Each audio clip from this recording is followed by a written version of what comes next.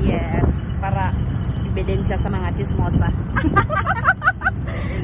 Sabi, totoo palang pumunta talaga pala ito ng Batino, hindi pala nagpunta kung saan-saan. Hindi ako nakapag-video. Ha? Hindi ako nakapag-video kanina. Yung preparation. Oo nga, yung preparation natin. Pero may picture naman tayo, oo. Okay na yun. Oo. Sapat na yon. Kailangan ko rin ng poema. Of course. Kasi mahirap na. Mahirap nang walang ebidensya.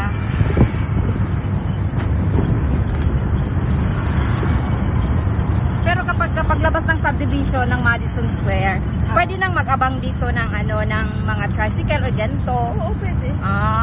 Okay. Pag nag-duty tayo sa hospital, Pwede ka naman mag-stay sa bahay kung gusto mo. oo nga. May kwarto dyan. Thank you. Mga 10 days lang naman yata yung ating kung 12 hours ka, 10 days. Oh, Pero pag hindi, 15. yun. Di ba mag 8 hours lang tayo? Oo, 8 hours lang. Basta hindi allowed. Kasi parang hours. over na siya, no? Oo. May lang yung 15 days, mabilis lang yun. 15 days. Ang layo kasi ng Batangas pag ako'y uwian pa. True. May bahay ka pa sa Kabuyaw, diba?